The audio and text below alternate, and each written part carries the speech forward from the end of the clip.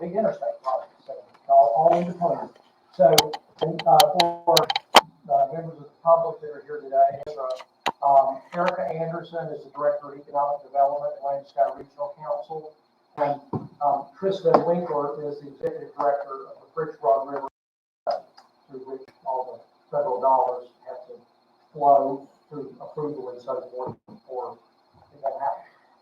Erica, at one time, also, she still is connected to the NPO because it's under economic development, but Kristen runs all the, pulls the levers, but at one point in time, Erica also was the executive director of the NPO, or just interim.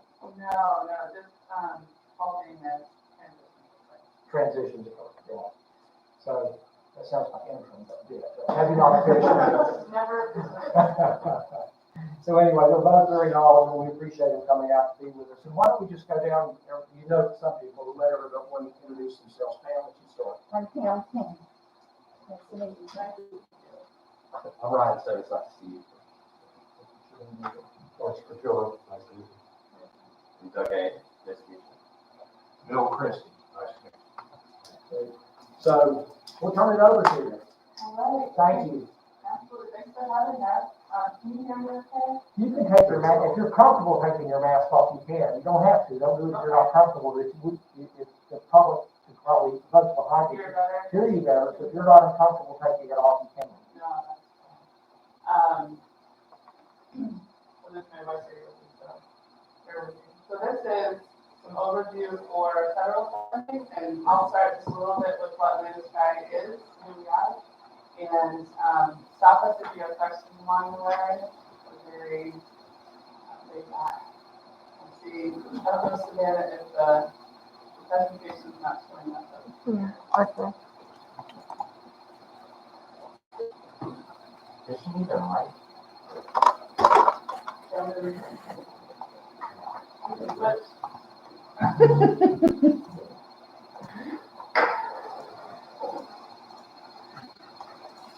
Is that better?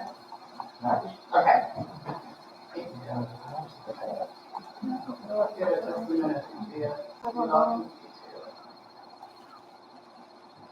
too. We cover 4 counties for Atlantic Sky Regional Council, so it's Madison, Tucson, Henderson, and Pennsylvania. And we also work with 2 counties through the MPO and the RPO, the Rural Transportation Planning and the Metro Transportation Planning. So Kristen will talk a little bit more about that. So we share them with Southwestern Commission, and they're included in all of our data analysis. So all of the information that we have includes the population and demographics for Haywood County as well. Sorry, let me ask you briefly. You might just explain what council of governments are. Absolutely. So there are 16 across the state. We are designated as the council of government through the legislature. So all of the counties are legislated to be within a certain council of government.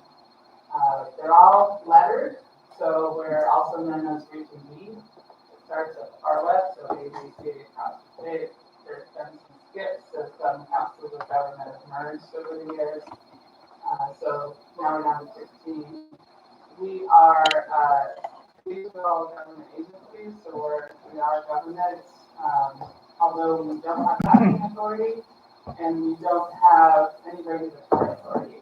So we are strictly a membership-based organization and work to serve our member government within the Do the member governments fund you?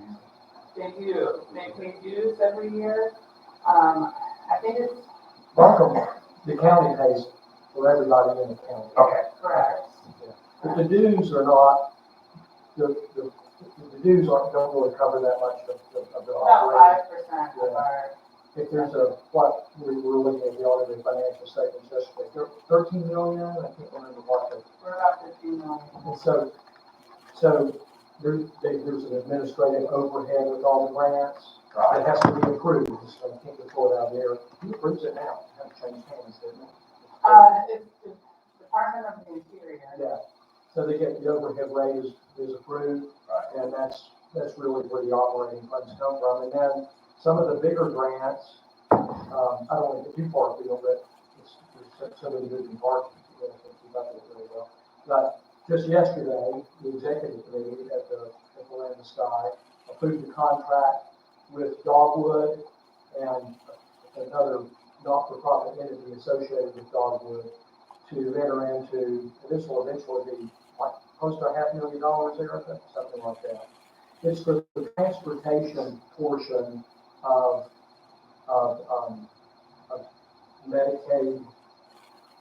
It's a Medicaid expansion, even though we don't have that, but it's kind of setting the ground for it, isn't it? It's a pilot. Pilot, yeah. Yeah, so there's like 5 things: nutrition, different things, transportation, and Land of Sky is working on the transportation portion of Medicaid patient needs to go to the hospital, how do you go there, and so forth. I mean, that's an example of it. So it's a big deal, and that's the sort of thing. So there'll be overhead associated with that. So whatever comes along, it creates, and sometimes you have to bring on additional people to take care of things too. We do. We just hired additional trainers. We have more need. Yeah. So anyway, hope that helps some. And then services for the aging is most significant part of it. But, Yeah. They're over half of our budget. so, hope that helps. I can go ahead. No, that's, I think we have, so overall, and I'll talk about this a little bit here, is, most of what we do is pass through the federal and state funding, mostly federal funding. So we administer federal government pass-through funds, and the vast majority of it goes on to our jurisdictions, so counties, municipalities, and in administering those funds, part of our job is keeping up with and knowing all the federal regulations that each agency has to run. So right now we're catching up with all the ARP funding rules, and those are still changing, as I'm sure you all are well aware. So that's something that we're paying close attention to as we move forward. So it's We've contracted with you all to we did. administer our ARP. Yeah. So that's why we're really seeing those. We want to make sure we get it right. All right. Okay. Thank you. Back in action. This is where I talk a little bit about our region. We do have 3 departments in the cause. We have economic community development, which is ours. It houses the NPO, the RPO, and we have a lot of different programs, from environmental planning, stormwater management, to land use, comprehensive planning, and the more traditional town and regional planning.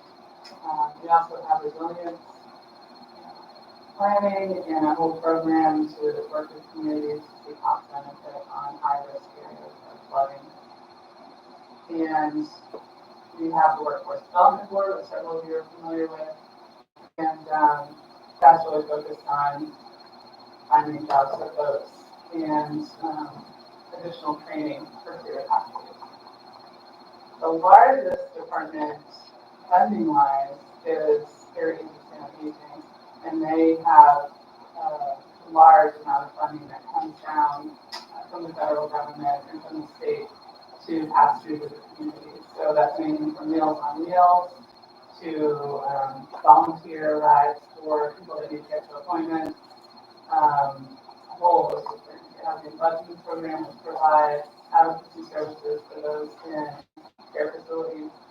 And they've received a lot more funding with ARP and with the CARES Act as well. So they are working hard to move those dollars through out to the community.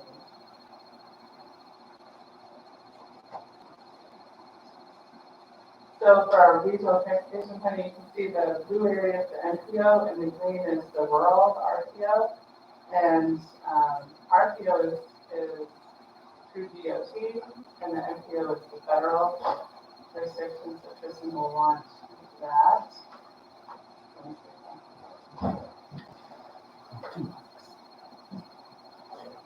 Okay, so for the Prince Edward NPO, it began in the 1960s. That was MPOs were created and mandated through federal law. Our boundaries, as you can see, are a little bit wiggly. They don't exactly follow jurisdictional boundaries. The main reason for that is that they're centered around what's called the urbanized area that's designated by the U.S. Census. So really, MPOs are there to plan for the transportation components of a region, and that region is based on the urbanized area. It originally started around Asheville. It grew to include Henderson and Hayward in 2000, and then Madison in 2010. We'll be looking at our boundaries again next year when the 2020 census information comes out. In terms of MPO responsibilities, we normally have a 4-hour seminar on this, so I'll try to keep it short. But again, feel free to stop us for questions. Really, at the heart of what we do is we maintain the federally required transportation planning process that's required as part of federal law in order for federal transportation funds to come to this region. So, to break it down, the federal government has lots and lots of transportation funding, but what they want to see when they provide those funds to projects in the region is that there is a plan for the region, and that plan has been set up in a cooperative manner, meaning it's not just one agency that is dictating what's going on. And so a lot of what we do is maintain those plans that the federal government expects, and maintain a setting where we can have a comprehensive, collaborative, and continuous planning process that involves our member governments, DOT, the public, and anyone else interested in transportation. Just really quickly, in terms of the regional view, we do look at projected growth in order to produce our 25-year plan. And this shouldn't come as a surprise to anyone, but our region is growing, and growing quite a bit. So in terms of the 5-county region, growing around 40%, Spunkin County 43%, Black Mountain 30%. Black Mountain somewhat lower than the 5-county region, but just to point out, that's still quite a bit of growth. And to not get into too many details, that's just within the jurisdiction of Black Mountain. There is expected to be quite a bit of growth in this area. And one thing that we found is that Black Mountain, it's hard to see on this map, but you guys have a really fantastic roadway network. And what we've seen and what research has shown is that areas with good roadway networks are able to accommodate growth with less of a transportation impact. So, just a quick plug that at least in my mind, Black Mountain is well suited in a lot of ways for the future. To get into transportation funding, so there's a few general thoughts that I'll talk about today. And again, feel free to stop for questions at any point. So the first type of funding I'll talk about are the planning funds. These are funds that are made available through the MPO, and they are there to do pre-construction activities, small area plans, bicycle and pedestrian plans, corridor plans, etc. Those are federal funds that require a 20% local match. They are programmed by the MPO. So funds that are awarded have to be contracted through Lancaster Regional Council. And a good example of that is the recent downtown parking and traffic circulation study that you all did in the last year or two. And sorry, with planning funds, FYI, we have our call for projects open right now. So if there's anything that the town is interested in pursuing, we are expecting applications by December 23rd. So, very final. The second one is what we'll call MPO or LAP funds. Sorry, there's lots and lots of acronyms in what we do. LAP is locally administered project program funds. And so those are funds for engineering, right-of-way acquisition, and construction.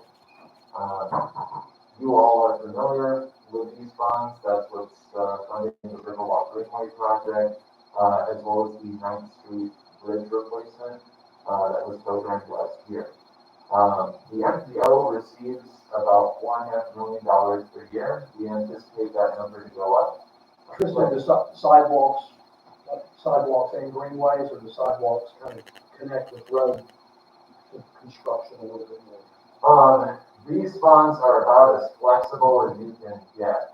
But I will say that historically the MPO has put these funds towards greenway and sidewalk projects. This is the single largest source of funding for bicycle and pedestrian projects in the region. Right now, it's 95% of our region's allotment goes towards bicycle and pedestrian projects. There are $4.5 million that come to the region annually. We anticipate that number going to 5 or 5.5. It also does require a 20% local match. And just to point out that is in kind is not an eligible local match. It has to be funding that is not from a federal source. These are, I would say, a very popular source of funds in the region, and we'll be holding our next call for projects in January of next year.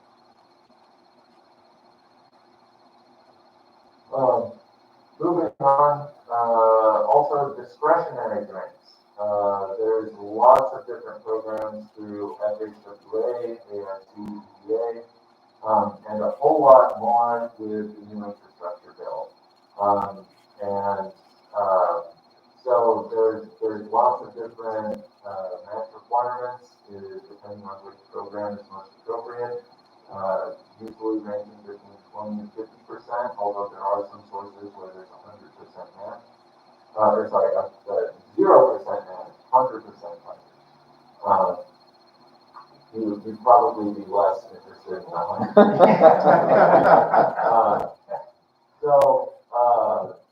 These funds are programmed by various agencies. Normally, most of them have to get some type of approval through the MPO. But as an example, the bottom access road, as well as the red tip in Asheville, that was a $55 million hydro grant through FHWA that our region pulled down. Again, the new infrastructure bill, one of the big things that's changed is that there are a whole lot more discretionary programs. There are programs aimed at pedestrian safety that I think our region is and should try to take advantage of the best we can. Just FYI, our region has hit a high in pedestrian fatalities in the 5-county region. In 2020, we had more pedestrian fatalities than any year since we've been keeping track, and they made up 25% of all roadway fatalities. So that is something that I think from a regional perspective, we need to start addressing even more than we have been. And with the new programs and discretionary grants through the infrastructure bill, I think there's going to be some real opportunities, especially at the local level, to take advantage. But there are others focused on gearing up for autonomous and connected vehicles, looking at wildlife crossings, resiliency issues, things like that. It's Larry knows, but I think I ran through 30-some programs that I think are going to be of interest to the region. Do we know when that infrastructure program will be available? I think as of right now, they're really focusing on the rulemaking. Normally when a new transportation bill comes out, there's there's things like, here's a program for pedestrian safety.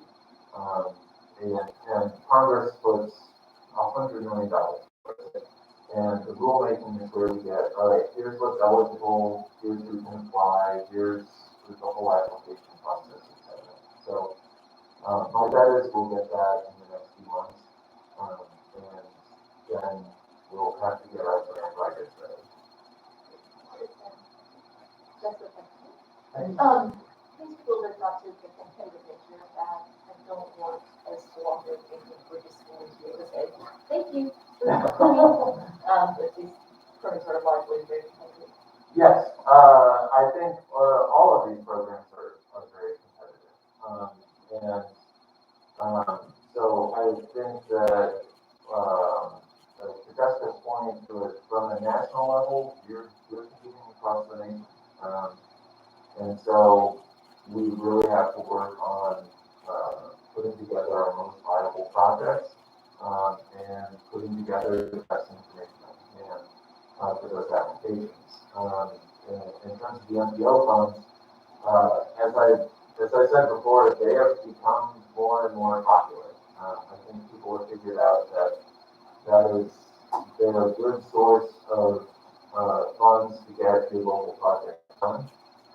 And when I started in 2013, we had a trickle of applicants, and now half the questions I get are, when are we going to make more funds available?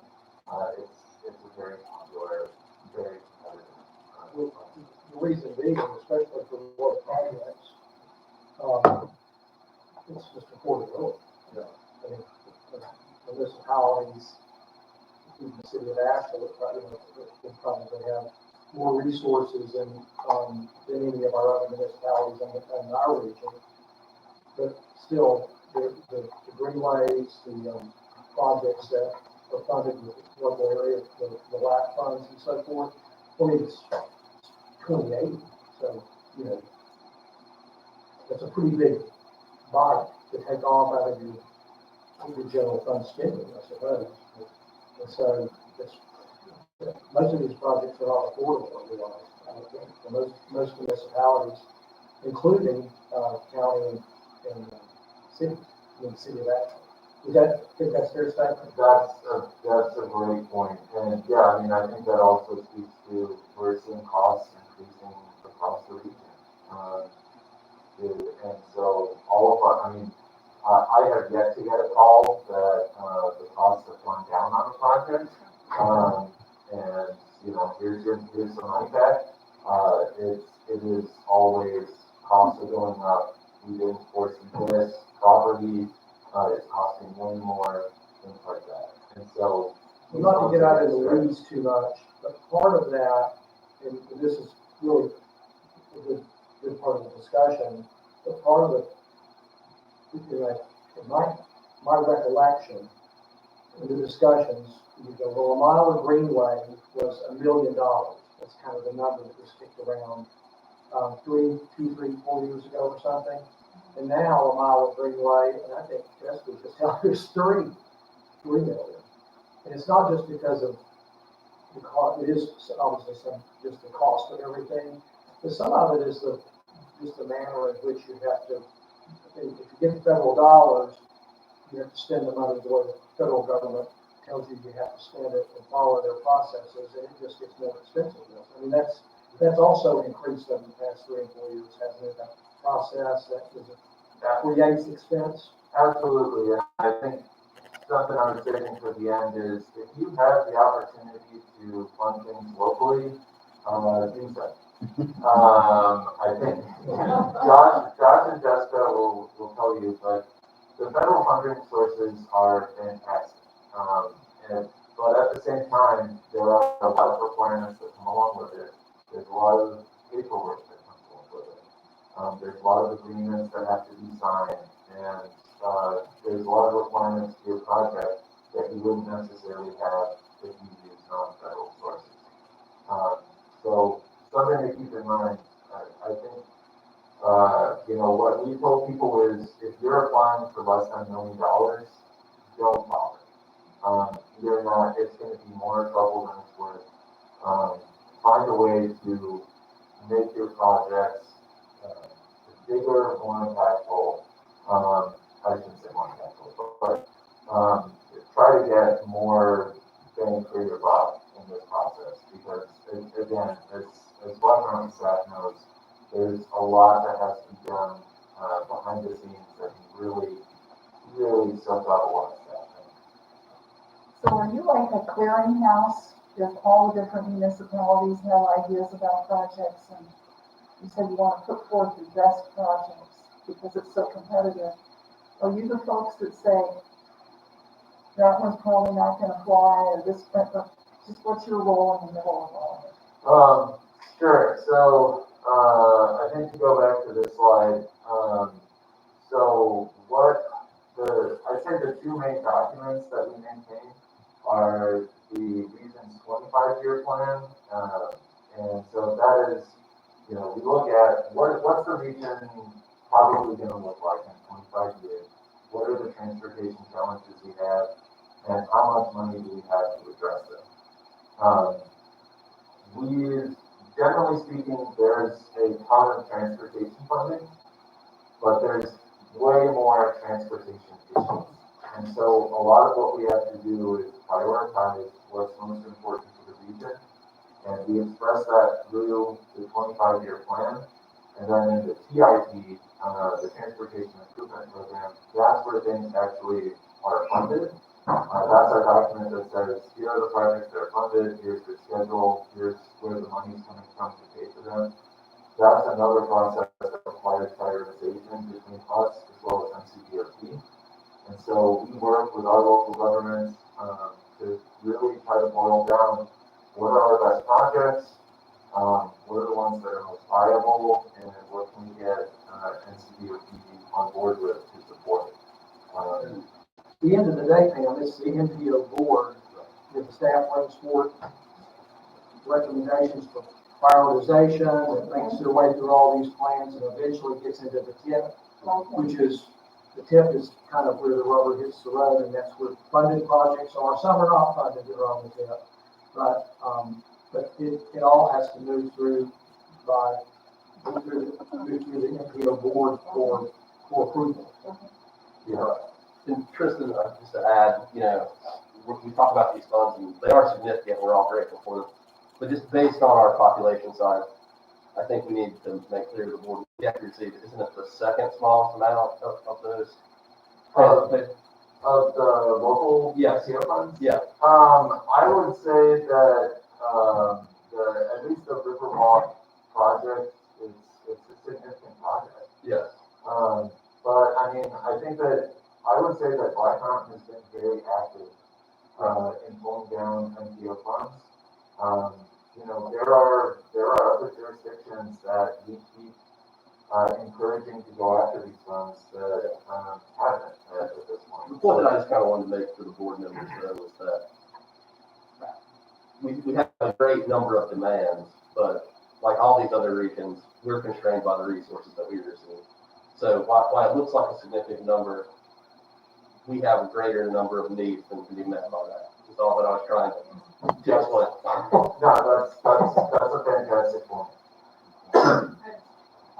The PAL funds that you all receive, have those stayed fairly consistent or have those? The PAL bill funds? PAL bill. Fairly consistent. They do go down every year, but not by a lot. But typically, right now, it's around $225,000 a year.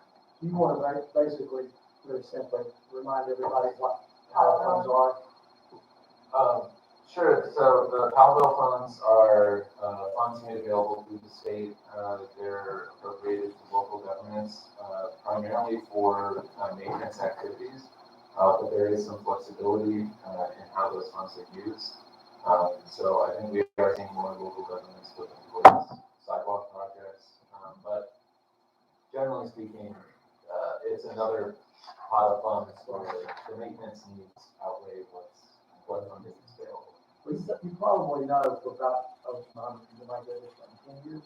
So we spent most of our funds on sidewalks. So we're kind of beat up on the roads a little bit now. But what did you just say the number was? 225 a year. I mean, Like, that's what, Well, I mean, yeah, that's quite, I would say that's quite a bit of money for sidewalk, yeah, but for roads, yeah, 225 doesn't do a lot. right. And that's only for the roads that we maintain, not for the state roads. Right. Or even 2.5 sidewalks now is what it used to be. Look, I think it's over $500,000 in construction cost for 5 phases on Monterey Road. It's probably half or double that now, I would say, just because of material costs and, inflation. And if people are gonna start driving electric vehicles, and during the pandemic, you're not driving as much anyway, then the Powell bill money is directly impacted by that, correct? So, I'm just not real sure we wanna count on Powell bill money for a whole lot of sidewalk or roads. But, I'm sorry, I didn't mean to stop you there. No, that's a fair point. Okay, so, the next, I won't touch on this one too much. Transit formula funds, our region does receive, about $3.5 million per year in transit funds. Just to point out, the NPO recently completed its regional transit plan, and Black Mountain is, one of the priority stops, as part of that plan, and it's also overlapping with, Route 170, as you all are aware. And then, this circle probably isn't big enough, but, I'd say the vast amount of funding is available through, the statewide prioritization process, also known as spot funds. So these are, funds that are essentially federal funds as well as state funds that go towards transportation improvement projects throughout the state. There's a whole lot more to get into besides that. But this is where the really, really big projects around our region and the state are being funded. The local example we have here, Blue Ridge Road Interchange. Yeah, is that not only roads, but is that also at the coast, ferries and different things that fall under NCDOT? It is required to have a competition with all modes. Yeah. So aviation funds, port funds, rail funds, like PED, transit. This is the single largest source of funds that we have for transportation. This is where things get a little complicated in that these are NCDOT projects. However, the process that's required by state as well as federal law to figure out where these funds go, again, it requires a cooperative process between NPOs or RPOs and NCDOT. And so that is how we've had a number of projects funded through Road Interchange, but the I-26 connector, the I-26 widening, Sweet Creek Road widening, I can go on and on. As of right now, we have close to $3 billion in projects that are funded through this. But as Larry knows, as of right now, there is a really large shortfall with NCDOT for projects across the state. So we don't anticipate getting any new projects funded through this for the next few years. But this is a big part of what we do, is making sure that where NCDOT projects are happening in a positive fashion for the region, as well as the local governments that are impacted. But also this is a potential source of funding for sidewalk projects, greenway projects, etc. And I think for Black Mountain, this is an especially big deal. You all, looking at the state maintained roads, the subtitle I put in there is it's the big ones. The state, just in case people aren't aware, in North Carolina, there are no county roads. There are state roads, there are local roads, there are private roads. But back in the 20s, the state took over all of the county roads during the 30s and the Great Depression. North Carolina it's a bit of a different dynamic in that a whole lot of the transportation network is reliant upon the state. So when you did those orange bubbles, those were the current existing funding structure, right? Like regardless of the new infrastructure bill that just passed Congress. Will that change the layout of those bubbles? I would say that I could probably break this bubble up into way too many bubbles to go through in the presentation, but that's really going to be the big change, is a whole lot more discretionary programs. Okay. They're still gonna run through the structure of the process for approval, so everything else has to run through. Right, and there, again, as we do anticipate more of our locally administered project funds to come through as part of the infrastructure bill, we anticipate an increase in that. But I think at least for my organization, the big change is that right now there aren't a ton of discretionary programs. There's the RAISE grant, there are a couple of others, but really we work through our process and we pull down funds. With way more discretionary grants, it's going to be a lot more grant writing, a lot more figuring out what are the most appropriate projects to go after some of this discretionary grants. Do you do the grant writing or do we do the grant writing? Well, yeah, I think that's yet to be determined. You know, we do a lot in-house, you know, depending on what we end up choosing to go after. It may be something that we talk about, you know, having someone part-time to do that type of work. But I think historically, it's been a kind of a, you know, a partnership where we try to help each other out.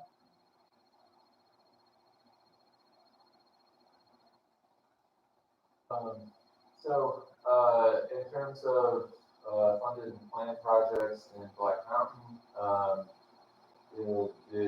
I'd say the big funded projects, Blue Ridge Road Interchange again, Riverwalk Greenway, 9th Street Bridge.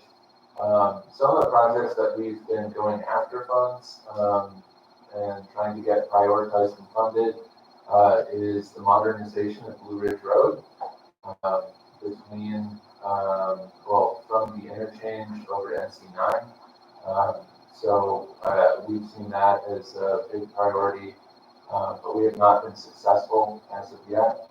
Another is the road diet of US 70. So that's a project, for those of you who aren't aware, road diet is when you reduce the number of travel lanes and reallocate that space to something else. What we see in our models is that the Blue Ridge Road interchange is going to reduce the volumes on US 70 and enable a whole lot more opportunities. Honestly, that road probably could have a road diet as it is, but especially with the interchange going in, you're likely to see a lot of the volume moving on the 70. And so looking at enhancing streetscapes, bicycle and pedestrian connections through there, I think there's a real opportunity.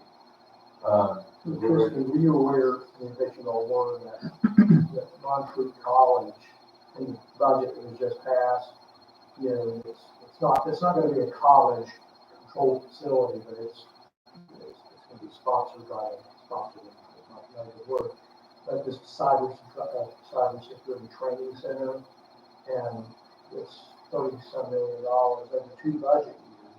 But that's really almost a good bit of that's almost planning money. I mean, it's really a very significant project, which again, together with everything that would happen down there in the next 5 to 6 years or so, it's just, you know, it could be a significant amount of traffic, most of which would be fed off of exchange, frankly.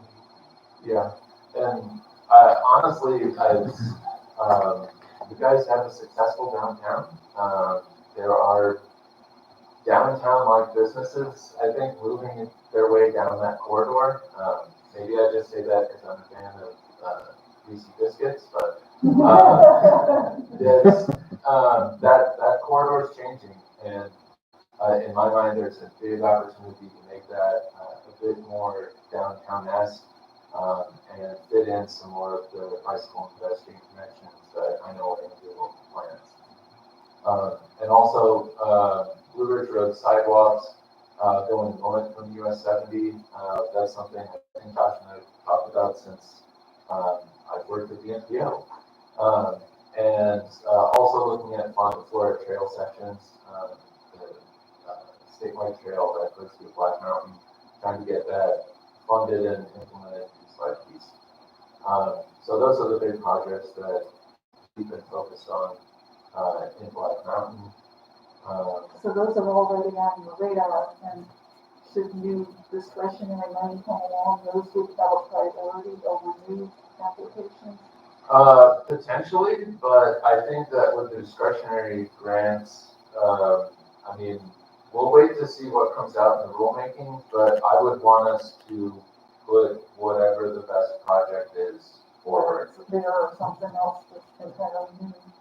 Right, I mean, you know, to go back to the 3 C's that we're required to follow: comprehensive, cooperative, and continuous. Priorities change. We've gotten projects funded and we've gotten a pat on the back, and then we're told, we don't want this project, we fund it. So priorities change, and a lot of what we do is making sure that we try to keep up with that at the local and regional level. I want to make further comment. So, we have the local, claim call for projects that have opened this month, or closer to this month. We're putting in 3. 2 of them are related to this, because one of the big things that we experience when we try to fund these larger projects is, you know, a lack of compelling evidence, you know, that might make that project more competitive. Blue Ridge Road Modernization, early in the pandemic, when I really needed something to do, I called everybody at DOT who would have a meeting with me and said, I want to talk about modernization of Blue Ridge Road, because this keeps me up at night that the interchange is being developed without this, being involved. And I have a lot of concerns about it. So we are putting in for a corridor study that will build on the existing data related to the interchange for this to try to push the modernization through this process and make the school better. One of the exciting things about that is the complete street policy within DOT will include multimodal design that we have approved through our Blue Ridge Small Area Plan in that process. So it would be a huge boon for that area, and that's something we're trying to. We've been at a lot of levels in that project. We're going to move forward. So that's why I keep coming back to that. And what can we do? And also a bunch for connected utility. Those are 2 of the 3 projects that your commission is planning on. So What's the third suggestion? the third one is another parking and circulation sort of looked at in different sections of town will experience. Tristan, if you don't mind, I think it would be helpful for people watching and council here.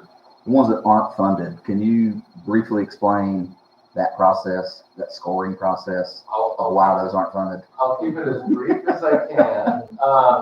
So in the state of North Carolina, there's a process that all projects are scored out of 100 points. But a big part of the scoring is what's called the Quantitative Score.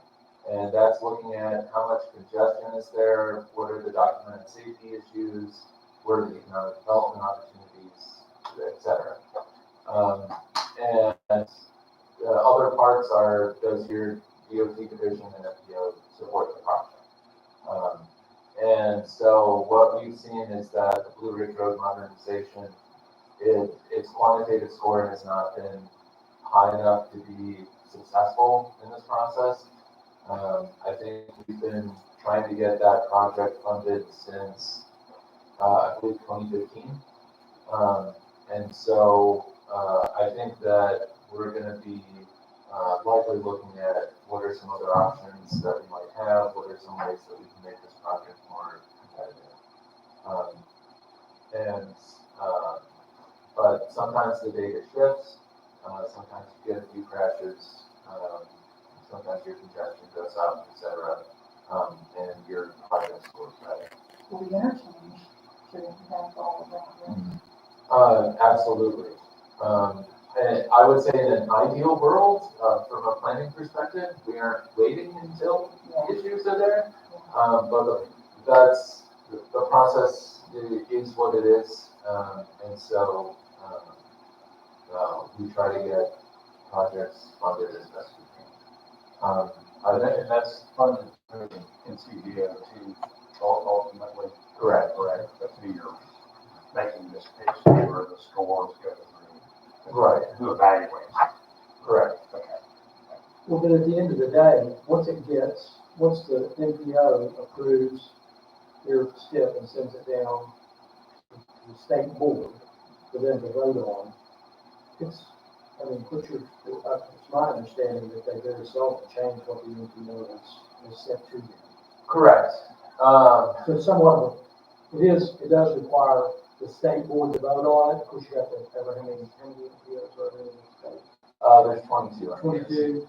So they're getting all that together with, it's a pretty massive sort of thing. And then, I guess their appropriation for funds is just part of the state budget, but some of it is directed, it's to get federal dollars flowing in. Those federal dollars flow into the state coffers, right? And get dispersed out. But the NPO, once it leaves the NPO, that's usually how it stands. But that's what it isn't, frankly. Right. It's again, it is a collaborative process, and so the scoring, the quantitative scoring is administered by NCDOT, but what's scored and how those are weighted, that's determined by a committee made up of NPOs, RPOs, and DOT representatives, of which I'm an NPO representative. And then other parts of the scoring are DOT support and also NPO support. If a project doesn't have NPO support, its chances of getting funded are virtually nil. Same with NCDOT. And then through that process, whatever is funded is required to go into the NPO's Transportation Improvement Program, or TIP. And to Larry's point, that is a legally binding document. What's in there is funded. If it's not in there, it's not funded. That's a power that the federal government has decided is needed to make sure that there's a collaborative process going on for transportation funds. And Kristen, or you could speak to just briefly on that cycle, that, the titering cycle of projects are there, attractive enough, they've scored well enough, and they get in there and how you refresh every 10-year plan. It's a 10-year plan that's generally refreshed every 2 years. And so the regular schedule is every 2 years, we look at our local plans, our regional plans, and we say, here's the projects we want considered. So we submit those projects, we run those through the MTO, we get public comment, and then we get the quantitative scores, and we sit down and we say, okay, MPO board, MPO TCC, what are the projects that we think are most worthy of the MPO support that we want to get funded the most? And we run through that, get public comment, and try to prioritize those projects as best we can. But at the end of the day, it's you have to have a high score to get your project funded through that process, and some projects score great. So we got the I-26 connector, most of it funded, no issues. But other projects, it takes a few rounds to get them funded. Thank you. I do want to make a quick follow-up to Jessica's point. The planning funds, I will say, have generally not been the most, are not as popular as some other things. And what I keep hearing is we don't want to have a plan that sits on the shelf. But to relate this to another part of the process is that, as I mentioned, DOT is seeing a big shortfall in their funding. Statewide, they are about $11.5 billion over budget for their transportation improvements projects. A big part from my perspective is that there hasn't been enough planning done before we committed to funding projects. We are, like, there are too many projects where we've seen, we need to improve this road, but we don't look at, well, there's a wetland, there's a river, there's a mountain. There's a whole bunch of historic things.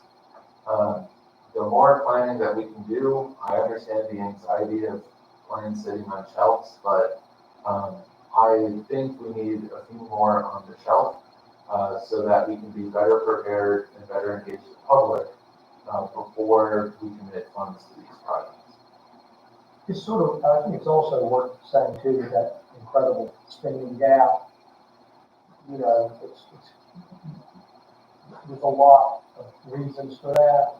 But if you think about the process that Kristen's gone through, those projects get into the STIP, and it may be 6, 5, 7 years before they go into serious design, and you really know what's going on. So that's some of it. And then, because it was true with our exchange, if you remember, it had its design, it needed to be changed because of the new power right away kind of thing, or easy. And so you have that, and then you do have cost increases and revenue decreases and that kind of thing with the gap. You know, what is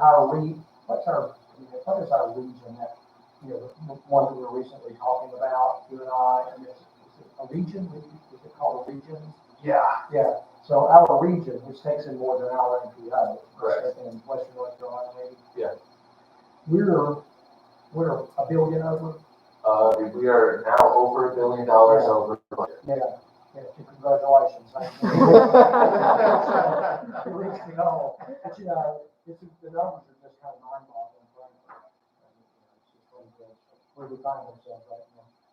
Absolutely, and yeah, it's, we've talked about it a lot, we'll talk about it more, but I do think one of the best things we can do at a local level is when there are these big projects that we want to get funded, the more planning that we can do ahead of time, the better. Obviously, there's some projects where, you know, you want to add a turn lane and there's nothing in the way. Sure, like, we don't need a full plan for that, but a whole lot of these, I really recommend more planning to be done before we commit funding. Something too I like about these planning project dollars, as opposed to some of our higher level plans, these tend to be more actionable. They're very targeted, it's a specific question and a specific issue that you're working on. And so you turn around a much smaller scale document that you can turn around, this is the thing we need to help understand this issue. It doesn't tend to be as interdisciplinary as a lot of our other planning exercises that we engage in that are stakeholder to execute. They're much more actionable, and because of that makes it easier to do it at a staff level, but also helps us get to that next step. How long do those plans typically take? I mean, it varies. I think it depends on the size of the project and the context around it. You know, I think one of the challenges with being a high growth area is that the context around roadways changes quickly. As Larry mentioned, there's projects that we've gotten funded, and in the time between the project being funded and implementation, there's a new apartment building. There's a new hotel. But I do think that, especially from a local government standpoint, having a plan that says, our plan is to change this road to do this, this, and this. It's not exact design or anything, but that gives local jurisdictions something to bring to developers and say, hey, by the way, this is something coming down the line. Is that something that, you know, you can keep in mind as you put together your site plans, things like that. There's limitations to what can be done in terms of planning, but I know that there are other jurisdictions in the region that have been really frustrated that their priority projects are changing from what they've envisioned because development is coming. So again, I think these plans can definitely have issues with how long they're useful, platform might need to be revisited. But they can also be a tool to help conserve those corridors and try to conserve the viability of at least elements of those projects.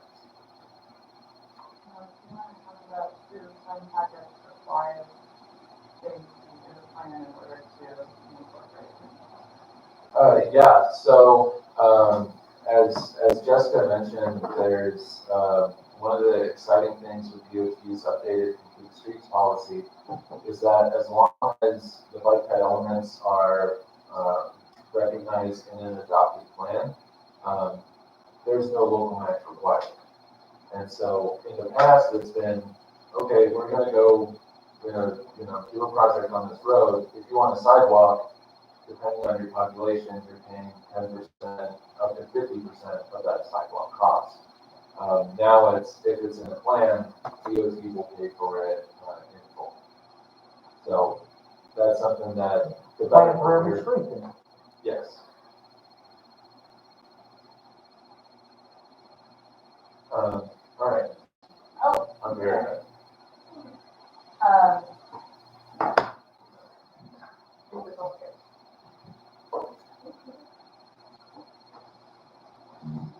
So we'll move on from transportation for a little bit, although there's some overlap. This was saying a bit too, and we really function as the development district for our region. So we have that designation from both the Economic Development Administration and the Appalachian Regional Commission. That allows us to have direct relationships with a lot of our funders, our federal agencies, and our state agencies. It also gives us the task, I guess, of developing what we call our SETs, or Comprehensive Economic Development Strategy. And this is a document that pulls together data and priorities across the region. So for our region, these are our top 4 priorities right now. So it's really connecting more people with broadband. COVID is really highlighted as even more of a need. Transportation, housing options, and the workforce. So it's probably not a surprise to anybody. These are high priorities across the country right now, not just our region. So for us, this is something that we hone in on and try to really focus on how we can bring more federal dollars, state dollars back to the region for justification. There's a lot of overlap. Like I mentioned, and I think this is correct, but your 5-year plan, That's right. this just doesn't happen without a great deal of work, but every 5 years, Erica and her staff, with as much community input as you can get. Yes. But you do get some from the healthcare systems and the players and so forth, which is important. But update the plan, because it's sort of like, just like the plans we're talking about in Black Mountain, if it's not in the regional plan, then. Right, and that's kind of the look with a lot of the funding is that it goes to transportation as well. If it's not a priority in the stats, it's not a high priority to fund like a lot of our federal agencies now. I think a lot USDA, AMC, EDA, EPA, they're all starting to link and look at what is the priority for the region as it's been outlined in the stats. Is within the MPP. So we're one of the only pods in the state where the MPO is within the pod, which is, I think, a huge benefit in that we have a lot of cross communication and we work together on where some of these priorities are, and that allows us to connect and overlap those priorities, I guess, is what I'm saying. So if we're having, in my world, a little bit, some economic development focus in some areas and moving more connectivity to the interstates or improve a connection, then that's where I work with ARC for access road funds, like the bottom site here on the left. So that's a correlation, and then it goes through the DOT and into the process as well. So there's a lot of kind of overlapping in these ones. But short story is, this is a big effort. We'll be kicking off again soon to do a full update in a couple of years. Every year we update because we change so quickly here. So I think one of the things we found in the last plan was we'll be gaining about 160,000 people by 2040 for the 5-county region. So it's 2 cities of Asheville, some outfit in 5 counties. And our growth rate is faster than what we anticipated when we had those numbers. So it's really something that we're trying to figure out how to accommodate all of those different pieces of people and where people are going to be as we move forward. So this is one of the very busy, try not to read it, data sheet that we put together to highlight. This is a regional one, there's one for each county in the steps as well. And it highlights where we are. And we have 5 years of this now, so now we can kind of start comparing over the years. We'll be doing that in the next iteration. But it looks at where our major employers are and what our demographics are looking like. We are in the aging area. So right now we have, I think, we're approaching a third of our population is over 55. So that, then we look at, okay, what do we need to do? We need to change things in order to address that. And the needs of that population, are they different than some of the needs of other populations? So it kind of poses a lot of things for us to look at. Some of our funding sources that I'm most closely tied to are EDA and ARC. And we have different programs with funding regularly. EDA, for example, had a lot of funding through the CARES Act and put out 6 nationwide programs, calls for projects, and a couple of those have closed. Some are still open, and we worked with a number of entities in the region to assist, kind of put applications together, provide support, how to make an application stronger, and work with folks on both planning and construction applications. So it's been a whirlwind, but I think we're at the point where those are starting to close, and now we're getting ready for some of those other discretionary funds that we're talking about and how we can layer in some of the priorities that might be for transportation, but might also be for other areas as well. Some of the sources that we also are connected to and can benefit from in our region is Golden League, some of the large foundations in the state. Golden League, the Tobacco Trust Fund, with smaller degree funding lines. Let's say down the Health Trust now in the region, and then a large foundation. The Community Foundation of North Carolina, and we also have the Community Foundation of Western North Carolina. So there are a lot of opportunities to kind of layer funding together in order to make the project happen. That can be anything from water sewer expansion, repair, to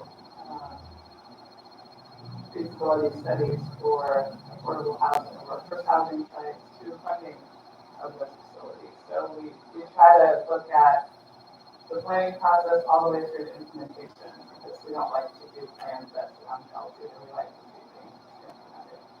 And so those are some of the highlights. I can answer any questions you have, but our region is becoming more competitive as far as everything's based on tier system. I know the state tier rating just came out. You might explain that just briefly, because that's. What the tiers, Yeah. I try at the state, it's through legislative, that they're the ones who create the formula for the tier ranking, and it's based on median income, it's based on how communities are doing as far as property, right? employment, Oh, it's a big deal. unemployment rate, a whole bunch of different factors. And they separated out like the top 20 counties, 40 counties in the state, the mid 40 and the lower 40. And we're leaving out of here since it's 100, but they kind of, those are the rough grades. And in our region, Madison is the tier 2, so it's 3 is the top performing counties in the state. 3 would be Buncombe, Mecklenburg, Guilford. Correct. and, Although now Buncombe, Henderson, and Pennsylvania are all tier 3 counties, which limits how much state funding can go to those counties because there's a lot more focus on trying to raise up and empower the lower tier counties. That's the hook, like one of the commissioners from Transylvania County was at the Atlanta Scott Yeah. board meeting yesterday, lamenting that they're now a 3. And, it just makes it tough on them. So it's what it is. Yeah, and there's pros and cons with the 2 ratings because it's, is that an accurate reflection? I think Commissioner Chapman already know. And does it take into account some of our seasonal population or where we might have pockets of wealth and then pockets really need some support and help. So there are those types of things that are a little more finite. So are you all, happy that we covered everything? It's excellent. Thank you. Thank you very much. And I'd like to open it up to council. If anybody has any questions at all to ask, it would be extremely helpful. The answer all of mine so far. Was very helpful, and we really appreciate you all coming out. I don't think you probably know how helpful this is for special counsel altogether. And I've heard that Ryan's heard presentation before, pushing to hear about 20 times before he kind of starts percolating through a little bit because of all the moving parts. It's really very helpful. And I think what, as you know, what we were, and the reason, members of the public, that we wanted to start this is because of the question raised at one of our recent council meetings about how we fund some of our local projects. And so we thought a good place to start was hearing from you all and all the manners in which federal and state dollars flow into our region and potentially in the have, down to the town of Black Mountain for use on projects that score well enough to compete for those funds and get them. So thank you so much for your input today and for coming out. We appreciate it. We had a gift, we give it to you. No gift. So we got some pens. We have some pens or something. Thank you, though. I appreciate it. Council, if anybody else? All right. Yeah, thank you. Thank you. Just FYI, Larry does a fantastic job representing the town and working with us, as well as Jessica and Mike. So thank you all. Hey, Larry and Justin.